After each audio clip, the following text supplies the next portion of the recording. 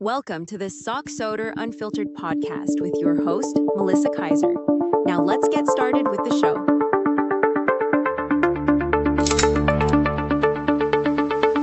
Melissa Kaiser here, host of the Sock Soder Unfiltered podcast. Today we have James Gorman, Fractional CISO and CTO at Hard to Hack and author of Security in the Age of AI Agents, a practitioner's journey from Cold War crypto to autonomous threats and the IT leader's guide to cybersecurity programs from basic to AI. Welcome to the show, James.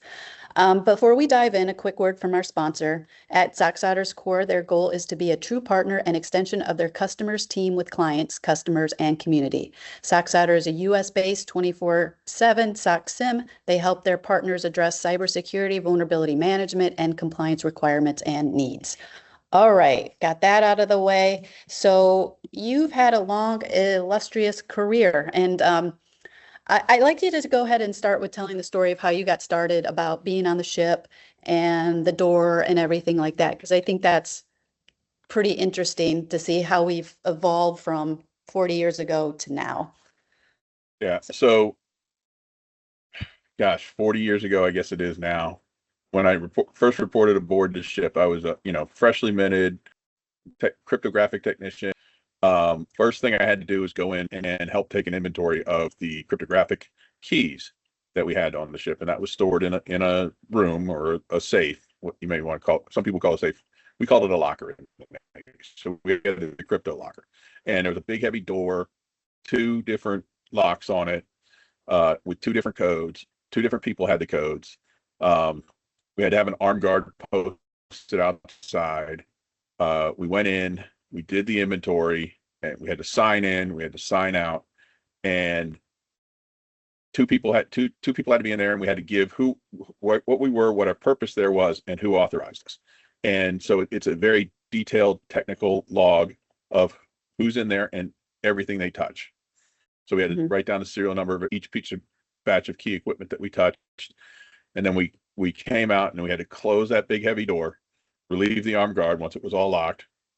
And then my Chief Smith, said to me, Gorman, because they always call me by my last name. If you're in the military, you know that. You don't have a first name, you're just last name. Why do you think that door is so heavy? Because I commented about how heavy the door was. I said, gee, Chief, I don't know. Maybe it's because it's the importance of the stuff that we're protecting, because we're protecting the fleet-wide keys. So if somebody gets a hold of those fleet-wide keys, they can now decrypt all of our communications. And he said, no, it's not to protect it, but it's to remind you of the importance of what you're trying to protect. The door is heavy to remind you how important it is that you have to protect. And it's kind of what I've taken for my whole career from there is, what is the importance of what I'm trying to protect? Am I trying to protect sales records? Yeah, that's a certain level of heaviness. Am I trying to protect healthcare records? So that's a different level of heaviness. Am I trying to protect CUI in a CMMC environment for a government contractor? Yeah, that's an even more deeper level of protection. Am I trying to protect water control terminals for a city? That's a deeper level of protection because lives are at stake. So what are you trying to protect? Means gives you the framework to build, or the foundation to build what kind of structures you have to put in place to protect it. Not everything's the same. If you're protecting $1 million, it's a different level than protecting $1 billion. Very simple way of putting in. And that conversation with Chief kind of built that foundation for me. Yeah, I love that. I think that's a great analogy,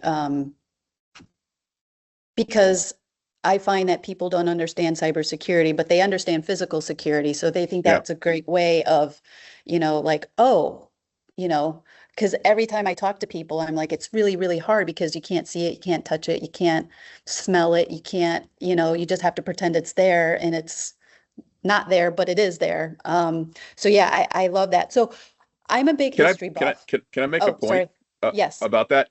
It's very simple for people to understand it, because I'm talking to my 19-year-old daughter, who helped me design the cover for my latest book, and she said, put the technology inside of a safe, because even I understand that. And she's an artist, she's an actor, she's a musician, she's in New York, going to conservatory up there, And she understood that, and she designed the cover. So she designed a really cool looking cover with a big, heavy, safe door, and then technology flashing inside in the door. And that's a great metaphor for that. Yeah, So I didn't see the cover of the book, but we'll put the link of your book in the podcast if people want to take a look at that. I like your mug, by the way. I got it for Father's Day. Nice. I gotta get My wife gave it to me for Father's Day. I gotta get my wife myself and an kids army. did. Yeah, I gotta get myself an army one. But yeah. All right. So like I said, I'm kind of a history buff. So if we can talk about your book a little bit, because I'm sure that you put your heart and soul into that.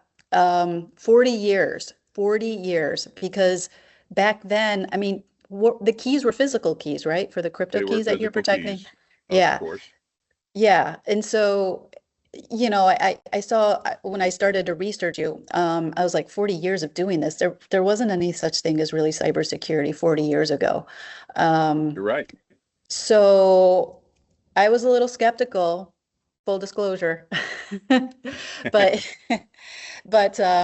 yeah, so you've started, so it was in one thing that was interesting because my military background is like, did you choose the Hill crypto? I don't remember, MOS or So whatever, or did so recruiter choose it for you? so I was uh, without tooting. I don't want to toot my own horn, Go but ahead, go ahead. so they were trying to railroad me into being a nuke. So they wanted me to Oh, be okay. because I had So you scored so scored high on very the high. ASVABs, Yeah, very you high on scored the very high. ASVABs, and they were trying to get me to go be an electronics nuke and like for nuclear. And I'm like, I'm 6'4", Oh, 220 pounds. you don't fit. There's no way I'm going to fit on a sub. No way. And they were trying to get me to, and I'm like, they're like 20 rolls for ET nukes on carriers. There are 14 carriers, and at the time there was like 50 nuclear submarines. So I'm going to be on a sub. Ugh. That would So make me so claustrophobic, and I'm small. me I'm a foot smaller than that. me too. But I knew that I just wouldn't fit, and it was bad enough on a frigate, which is, I mean, on a frigate all the doors are like 6'2", and Mm. I can't count the time that we call them hatches. I can't count the times that I got a hatch egg on my forehead from banging my head against the door. I could only imagine what it would be on a sub. So I took the ET rating, which was the electronics technician rating, and went through ET schools. And then when I graduated from ET schools, the Navy assigned me to cryptography. Mhm. So I chose I was going to be in electronics because that's what, I was going to go to college and become an electrical engineer, but that never worked. And so I got the electronics, and then the Navy chose cryptography for me. I guess that's because of the way that I placed in the schools and what have you, and needs of the Navy and all that stuff. Mhm. So I didn't consciously choose it. It kind of just happened. Okay.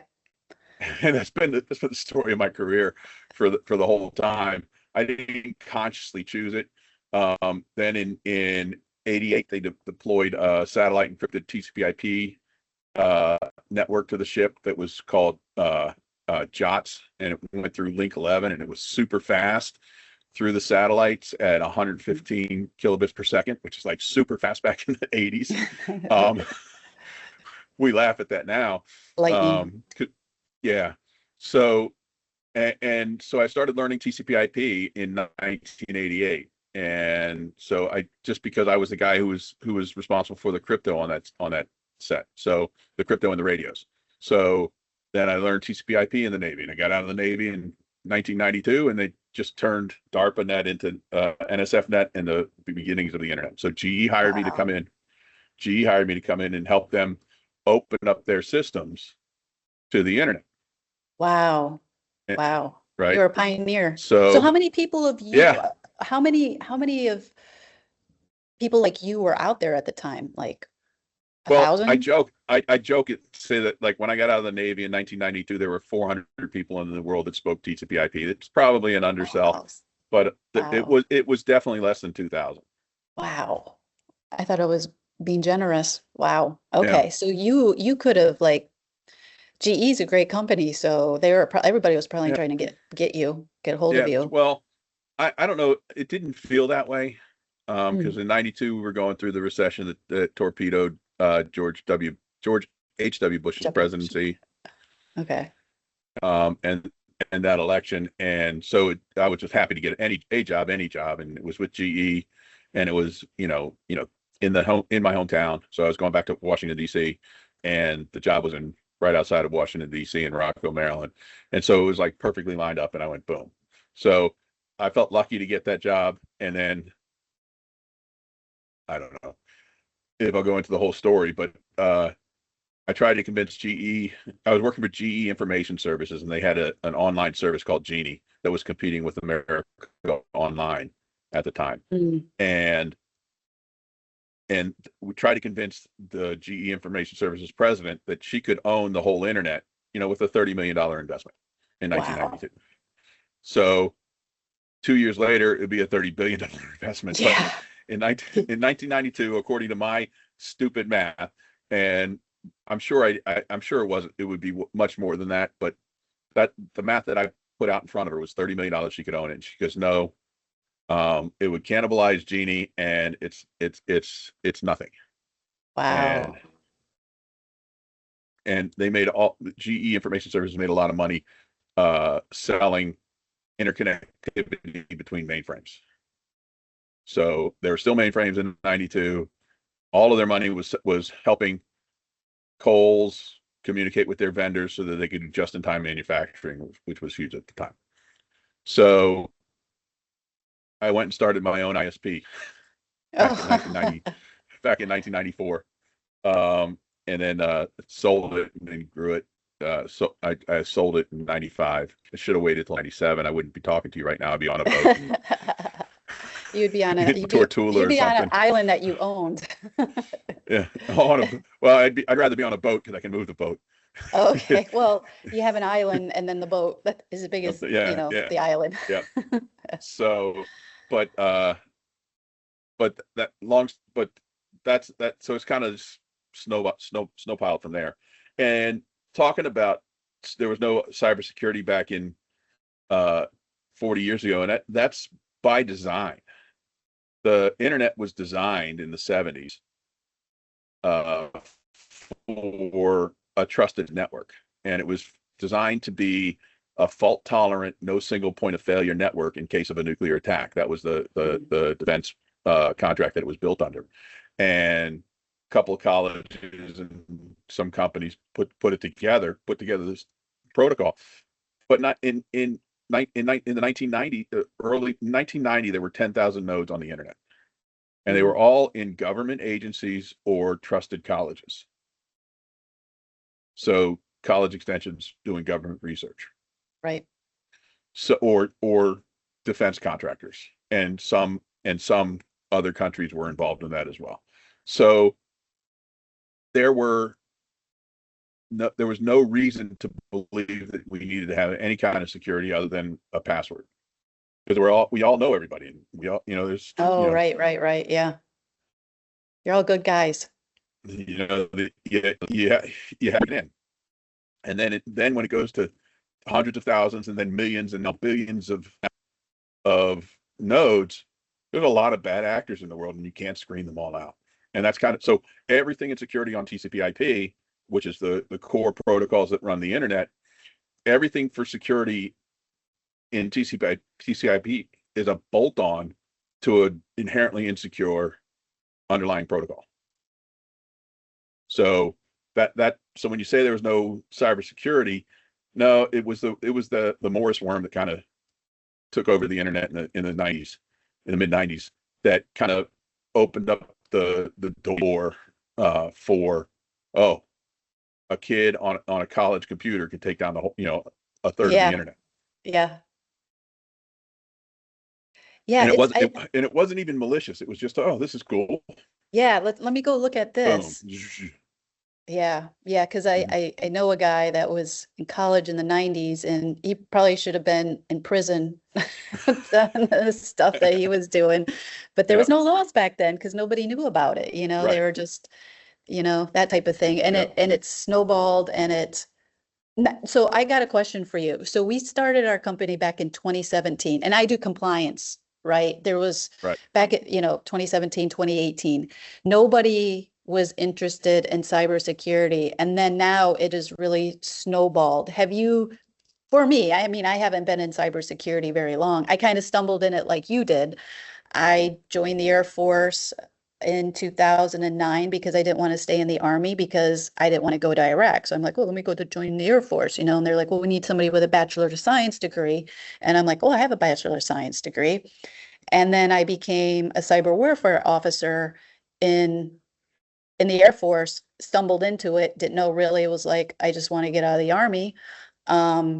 And I just kind of stumbled into it. And even then, it was really in its infant. Actually, it wasn't even a cyber warfare officer. It was information. I forgot what security, no, whatever. there was no security in it at all. And then they're like, oh, the Air Force decided in 2010 that they need cybersecurity people, right? So this is a lot longer than what you're talking about is the 90s. And then it kind of was like big in the military. And then I've really noticed it spinning up back. I don't know. Yeah. Well, have you seen that so evolution too? so the evolution. So in the 90s, the evolution was when we started coming out with the Palo Alto firewall, and because people were You probably could have built one, right? I mean, you know how it. Well, the missed opportunities in my career are long and illustrious. It's your third island. Yeah, it's my third island. What we were doing mostly back then was just creating access lists on border routers, and that was to just block traffic. But as we were getting more and more into transactional with the web, and then transactions on the web, then we was like, oh, we really need to think about how do we make sure that these packets are not just blocked, but bad packets are blocked. And that's where the stateful firewall came into play. So we started in the mid to late 90s with building firewalls to keep the bad guys out, and creating a perimeter, and then trusting the interior. And then that was still a network engineering kind of thought process, or network engineering kind of tube, or silo is the word I'm looking for. A network engineering silo. And then 90s, or mid-aughts, the mid-2000s, like 2003 through 2000, especially after 9/11, there was a lot more thought process on people can do bad things inside of our network if we let them in. We need to have the defense in depth strategy. So that became defense in depth, in the 2000s, and then around 2010, it became a whole specialty of its own throughout. And in 2009 was the first time I got involved in compliance, because I was working with a payment company, and we had to be compliant for PCI compliant for transacting, doing online transactions. So, and then went to another big payment company. And then 2015, I started my company doing fractional CISO work, because I had a buddy who had a company who needed a CISO but couldn't afford a full-time CISO. So since 2015, I've helped about 28 to 30 different companies with their security programs. So you're working with larger companies then? So I work with the two people who are willing to spend money on me. Let's be clear. Not everybody wants to pay to have a security advice. They want an application, but the companies that tend to hire me are SaaS startups. Okay. Who've gotten their A round, and now they're getting into big company, supplying big companies or big things, and they need to have they have to have a PCI if they're a payments company, but those are kind of dying. Stripe has kind of owned that whole world. Then healthcare, anything in healthcare needs to have a strong security program. And again, a $10 million startup doesn't need a full-time CISO. They need somebody to guide their development, guide their directions. And then government contractors, people who are dealing with the government. They have to have a different level of thought process. And then the other side of that is what we'll call mid-market companies. They're in the 100 to $500 million a year range. Who are focused on something other than technology, like they're a manufacturer. They build antennas, or they build chairs or furniture, or they build or they supply Walmart and what have you with prepared foods. But they've never really thought about security because their main business is something other than technology. So those are the companies that I've been helping. So I've been helping start late stage startups to post A round type companies, and in the healthcare, financial, and government contracting space, and then some bigger manufacturers I got involved in this whole process with that size company after one of their manufacturer got attacked with a ransomware.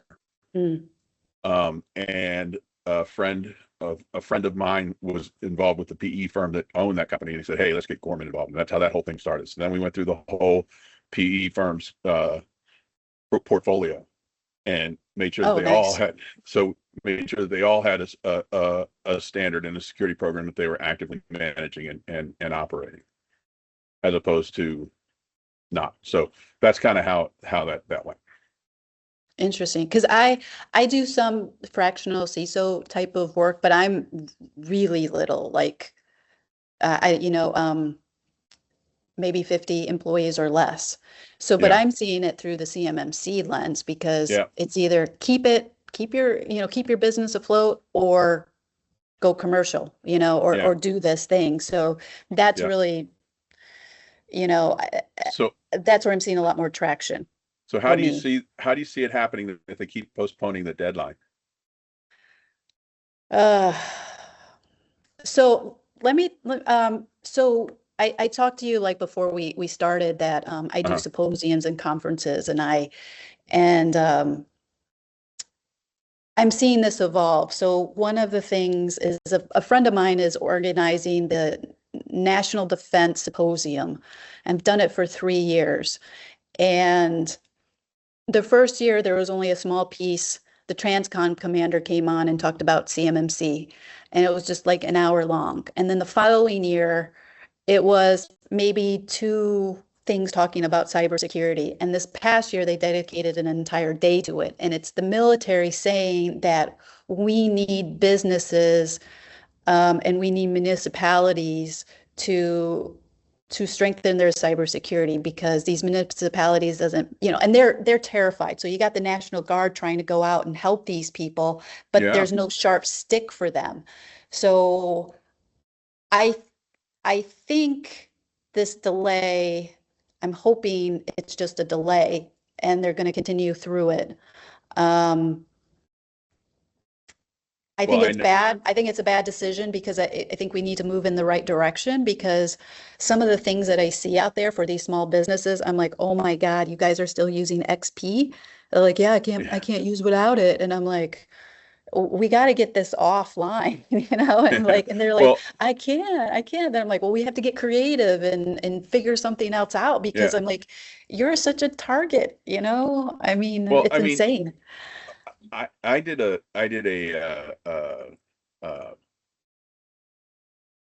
fireside chat, I guess you call it, on CMMC the Friday before they postponed the election, or postpone the election, postpone the deadline, and it was like the worst timing in the world. But I don't care whether you're required to have CMMC or not, you're still required to protect CUI. Yeah. Right. And they haven't released that burden. You're still required to have 800-171. You're still required to self-attest. You're still required to follow the FARAs, and that means if you get breached and it's your fault, your government contracts come back with penalties. So there's really no change to the organization. At the organizational level, the need for it doesn't change. The only thing that changes is the need to have it certified. Yeah. So you still need and one of my big problems with CMMC is that all of the guidance was written by academics, and we'll call them academics and contractors. Let's just leave it at that. So it was written. So how does an IT guy who in a $50 million a year government contractor that provides critical services to the government, but the IT director there has only done software development. He got promoted to IT to run the IT, or maybe he's a VP of IT, or he's a CTO, or whatever you want to call it. How does he translate the academic language into what do I have to do practically on the ground to be secure and to be compliant? And the focus becomes, when you have that kind of mandate, like you did with PCI, the focus becomes to become compliant rather than to be secure. And by being secure, compliance follows. So, and so I think I personally believe that there's a misalignment of incentives by putting a standard out there. And I can tell you for a fact that it's dangerous to have a standard that is not well implemented. Take if you want to think about an actual hack that happened that was written specifically to get around the FedRAMP standard, you look at no further than SolarWinds. Yeah. So they knew what they were going to be looking for, and all they would be looking for within an organization to see for what they were required to report, and they just the hack didn't hit those, or the programs they wrote didn't hit those controls. So it bypassed the controls that they knew about, and all they did was, go to the controls, as opposed to how do I make sure that the software that comes in is real software and it's good, and I test it before I deploy it. Yeah. So yeah, it's a difference of compliance and security, right? I mean, with CMMC, just document it, but I'm not going to say any, but there's some things that they're doing. I'm like, dude, you guys, even though it's documented, this is so unsecure. We can't, you got to block this, but it could pass CMMC, but just. Right. And if you look at the was it Vanta? I don't want to besmirch the wrong company, but one of the big SOC 2 mills, they got a fine or shut down for having boilerplate SOC 2 reports, and all they did was you paid them their money, and then you got the report, and nobody was secure, no controls were tested, and it's security theater or compliance theater. It's not even security theater, it's compliance theater, and we really need to do better as advocates for companies to figure it out. Help us. Nobody wants to get hacked. Right. Nobody wants to go through that, because that's there was just a big hit on I can't remember the name of the database or the big data thing, but it took down hundreds of companies just recently because they were compliant, but they weren't secure. Yeah. So let's go over, because you did an AI book, because I get so many people saying, like, for CMMC, because that's kind of my wheelhouse. It's like, I'll get you have AI write all your policies and procedures, and I'm just like, oh. Okay, have AI write my policies and procedures. Help me implement them. Yeah. Okay. Yeah. It does. Is it clairvoyant and know what tools I have, so it can just and know the configurations? Yeah. Well, it's the worst compliance program ever, in my opinion, is PCI, and I made a lot of money off of it. But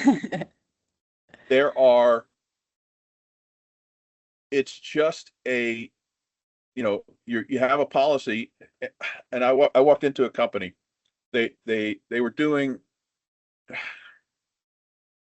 billions of dollars a year in transactions, and they had a policy for, let's say, disaster recovery. They had a disaster recovery policy. Where was that disaster recovery policy? It was sitting on a shelf in the server room. Oh. Okay. So nobody knew what to do when they lost their database, right? Mm-hmm. They Yeah.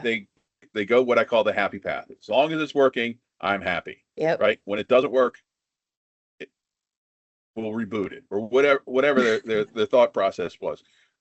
And they weren't a big company, but they had a policy, but they had no practice. They had no Yeah. program.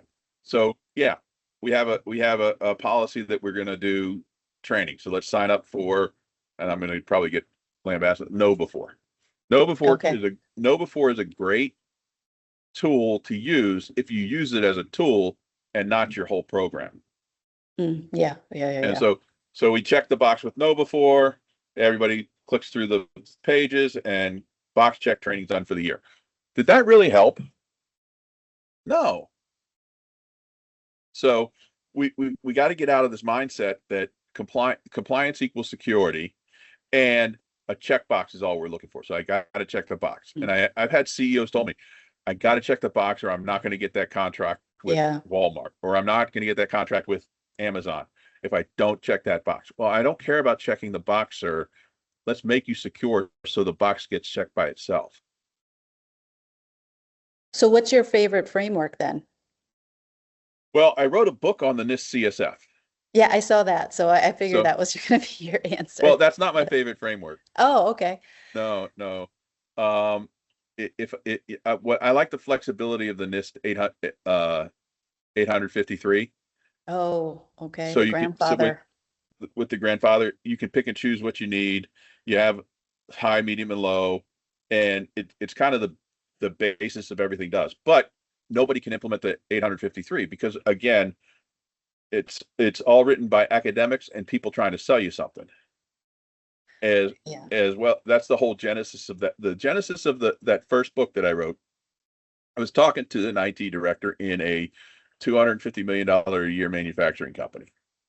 They're electronics, and he was a software developer, and he grew up throughout the whole software development. He had no idea the importance of what different parts of the controls were, and why do I need to do that. So that was the genesis of that book. So I told some stories around it, and I gave some examples of how you can make yourself more secure, because I found that everything out there is somebody trying to sell me a GRC tool.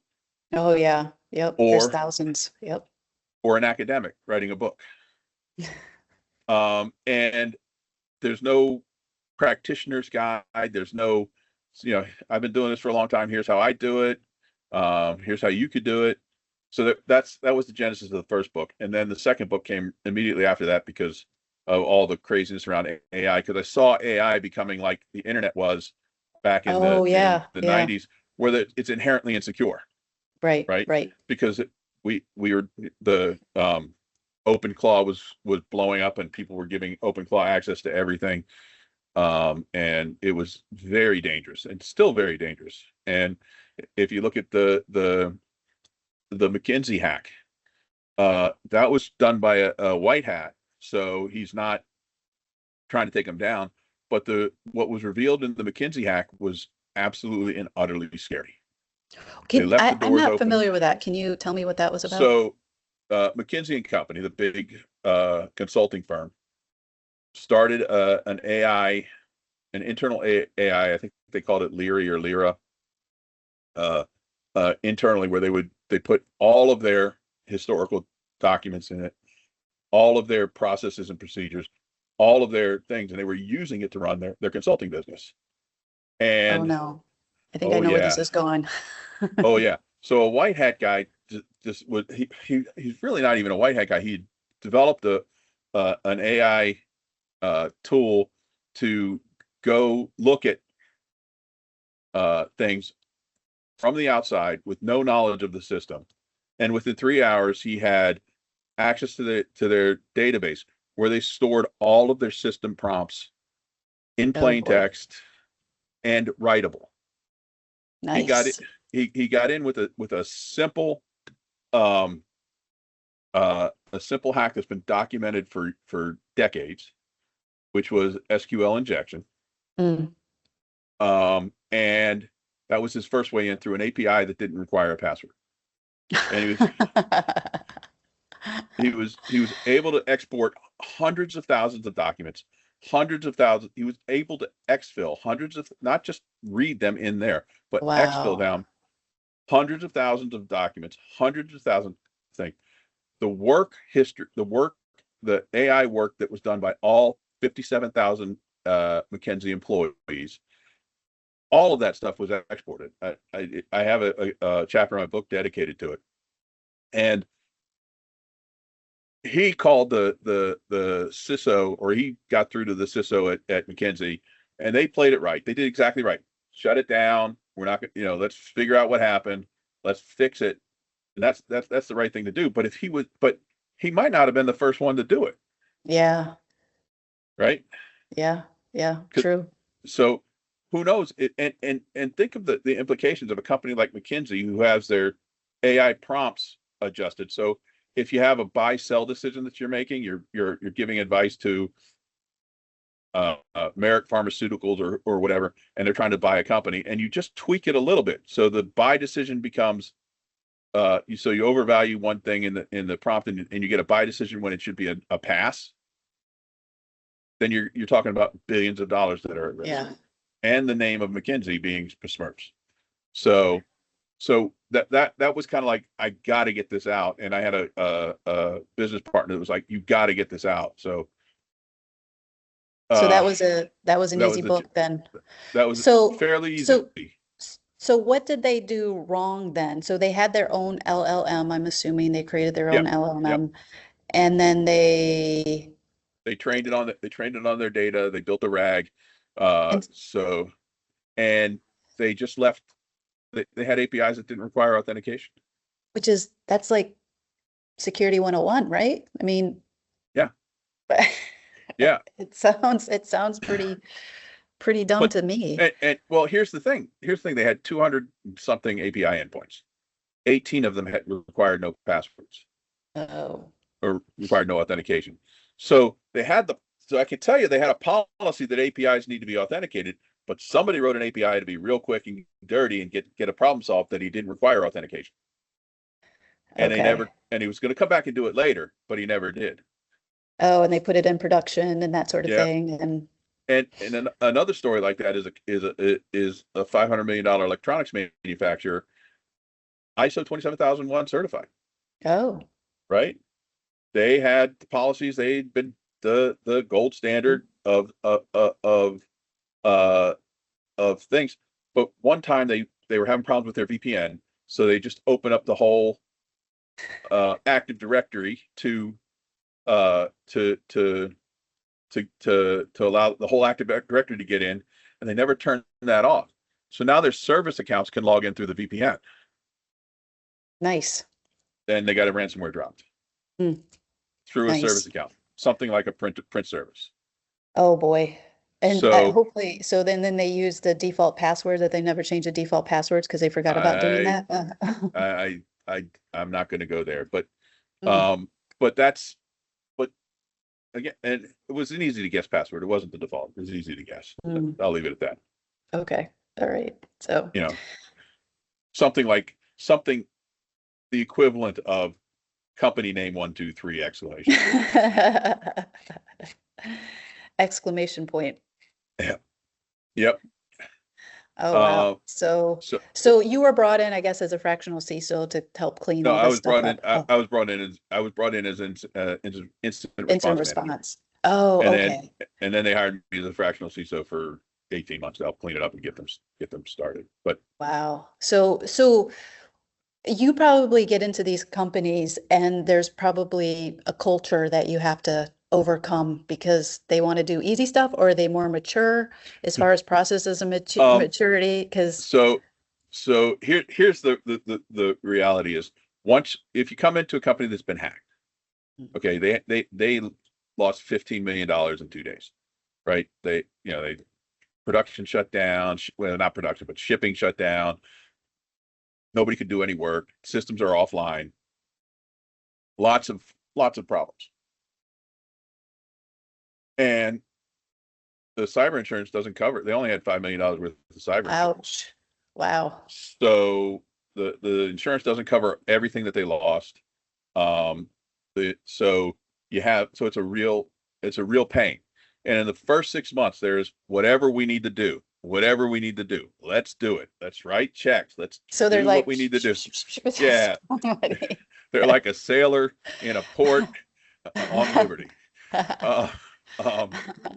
But after about 6 months, it's like, we can't be spending all this money. We can't keep spending all this money. It's costing us too much money. And it's like, okay, well, we're halfway through the remediation and building your program to be strong. And now you want to start cutting funding, or cutting the ability for you to do what you need to do to maintain your security. Because again, it's a manufacturer, and IT and cybersecurity is an afterthought in those companies, because all they want to do is make that widget better, faster, and cheaper today than they did yesterday. Right. So they ignore things like having real checks on whether we do a temporary workaround and never going back to fix it, because their IT department is staffed such that all they're trying to do is keep everything shipping and keep the CEO's phone getting email. Yep. So that's what the internal IT department has done, and that's all that they have time to do. And they don't think about, well, okay, I need to go back and remediate. I need to go back and maintain. I need to go back and make sure that what I did yesterday as an emergency workaround doesn't stick around for 3 years and I get burnt by it, 3 years later. Yeah, that's what I've noticed in a lot of IT people. They just want to keep the lights on, and then security is always an afterthought, and it's expensive. And it's like, what's the ROI? It's just sucking money out of my business. I don't see, I've had some people's like, oh, well, we put our services in. It's like, well, I didn't get ransomware. And it's like, well, that's a good thing, right? It's just like, well, I always try to frame it for the CEO or the CFO as a math problem. And it's insurance that you're buying. Yeah. An ounce of prevention is worth more than a pound of cure. And it's a math problem. So here's your potential exposure. This is your potential exposure. You're looking at one incident in a year is going to cost you between $5 and $10 million at the size you are, between $300,000 and $500,000 if you're at that size. What does that mean to your bottom line? Well, for most businesses as Verizon has put out, most small to mid-sized businesses, if they get a severe, what they call a severe cyber attack that affects production, 96% of them are out of business 4 years later. They can't survive it. MGM can survive it. They've got cash that they're sitting on. They can cover it, but you can't. You don't have that cash. You don't have tens of billions of dollars sitting in the bank that you can reappropriate. So I feel like I feel like some of these companies are like, I'll just take the risk. I'll just take it, Make them sign off on it in writing. Yeah. Yeah. So, that's what we're trying to get them to do is just okay. So you don't want to do that? Build a risk register. Make them understand this is the risk. This is what we're doing to mitigate it. This is what we can do to eliminate it. There's a $10,000 price to mitigate, a $100,000 price to eliminate, and you get to choose whether and if you're going to live with it. Then I have your signature, and that's how the Sony CISO got through the hack. No, he kept his job after the hack. I didn't know that, because he had done exactly that. And he was talking at a CISO conference that I go to every year, and he said that he got them to sign off on the fact that this is inherently vulnerable, and we have a likelihood of 1 in 4. So one time in the next 4 years, we're probably going to get breached by this. And they signed off on it, and he couldn't get fired. Wow, good for him. So he had his crystal ball. Well, I mean, it's not hard. Yeah. Right. Yeah. It's not hard. If you're not going to do endpoint security, and this is not what they did, but I'm just saying, if you're going to skimp out on endpoint security, one of your computers is going to get attacked, then your whole environment's at risk. And if you don't have good endpoint security, the likelihood is 1 in 4. So at one point in the next 4 years. So that is the statistics. Okay. That's a Verizon statistic. Okay. That's not that's not, I don't know. It hasn't been disclosed to me about Sony, But that's Okay. one that I used on a guy who didn't want to spend the money on he didn't want to spend the money on a serious endpoint security program. So he just wanted to I call it chimp out, but it's really just he just wanted to go with the absolute bare minimum because he didn't want to spend the $25,000 for the year of CrowdStrike or Defender or whatever it is. Yeah. And it's like if you don't do it, you will be hacked. Yeah. And he listened, but he was in a unique position because he didn't have any investors. He was funding it himself. But getting somebody who has investors or getting a board or owners to sign off on accepting the fact that there's a risk that they're accepting that could cost them $15 million in the next 4 years is a big step, and they won't do it most of the time. And then So 25,000 versus 15 million. What can they afford? exactly. Basically. So you present it as a math problem, and they don't all. Yeah. And you have to be honest with the you have to be honest with the assessment. But I try to present those arguments to CEOs, boards, and CFOs as a math problem because they don't understand cybersecurity, but they all understand math. Yeah, that's a good point because I'm working with a CFO and I get it. I'm like, he's looking at the money, he's looking at the ROI, he's looking at that kind of stuff. So I get where he's coming from. But that's good. But we are out of time. Oh wow, did an hour? Yeah, go by that went fast, didn't it? Yeah, that was good. That was good. If you could, because somebody's going to want to take my room soon. That's why I'm like, I have to wrap it up. Otherwise, I keep talking. But if you could just say, where we can find you at, information to get hold of you. The easiest place to find me is at jamesgormanauthor.com. That's kind of my public facing for my books for speaking. And there's a link there to set up a 15-minute call with me. I also have hardtohack.com, which is my business website, and that's the number 2 hack.com.